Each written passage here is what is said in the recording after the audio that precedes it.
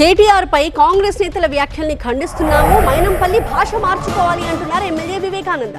మైనంపల్లి చేసిన వ్యాఖ్యలకి క్షమాపణ చెప్పాలని డిమాండ్ చేశారు. లేకపోతే పరువు నష్టం దావా వేస్తామని హెచ్చరించారు ఎమ్మెల్యే వివేకానంద. వాళ్ళు దాడి చేస్తే మా కార్యకర్తలపైన కేసులు పెడుతున్నారు. దేశంలోనే రేవంత్ అటో ఫ్లాప్ సీఎం అన్నారు వివేకానంద.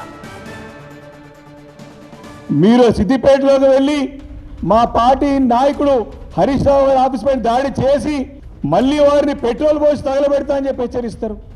ఇక్కడ వచ్చి మీ ఇంట్లో పడే దాడులు చేస్తామని చెప్తా ఉంటారు.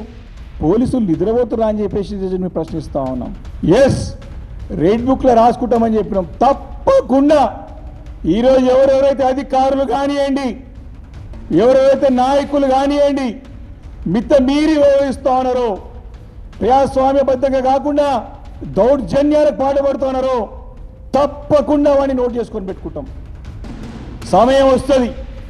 అధికారం ఎవరికి శాశ్వతం కాదు. డెఫినెట్గా ఎవరికి ఏ రూపంలో సమాధానం లభించాలో తప్పకుండా సమాధానం లభిస్తుందని చెప్పేసి కూడా ఈ సందర్భంగా నేను హెచ్చరిస్తా ఉన్నాను.